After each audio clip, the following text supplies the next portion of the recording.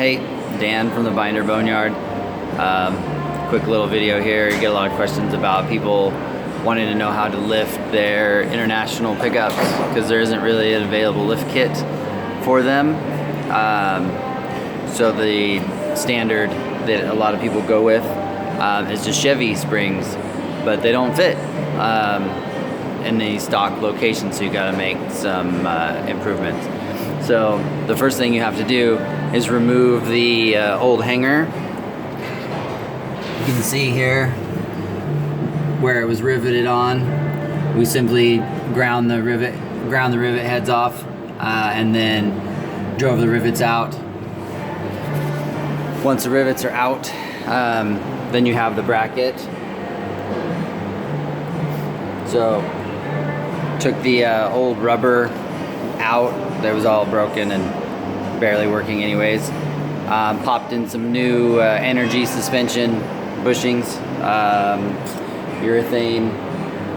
These are a sleeveless setup because the original setup used these super fat sleeve bolt things.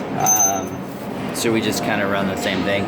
So it actually takes a 9/16 bolt, which is pretty substantial bolt. So you won't have to worry about ruining that. So after you got your bracket cleaned up, then on the other side here, I've already got it done.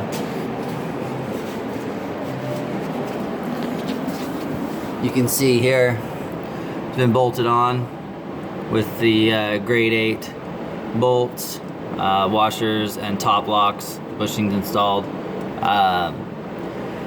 So yeah, so that's the first step in getting some lift springs underneath your truck. Now we've got this driver's side hanger hung, and the most important part about this Chevy swap is that you're moving the hanger back to the rear location. The front location, if it's a 4-wheel drive truck, it's too close. The spring makes the springs too short. You need to move it back to the rear location. Got our 9/16 bolt in there. Got our new shackle in there. So then you look at our springs.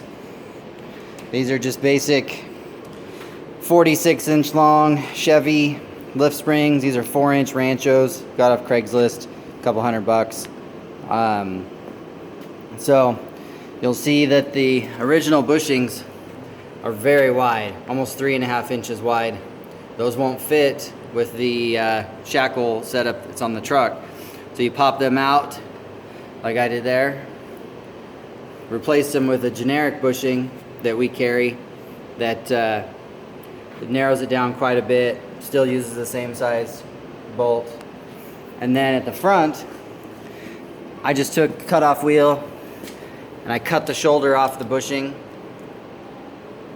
and then we'll run without the bushing up front as well. That also takes a 9/16 bolt. You can see what the original one was. That was originally a 7/16 bolt, which is pretty small for a 3/4 ton pickup, in my opinion.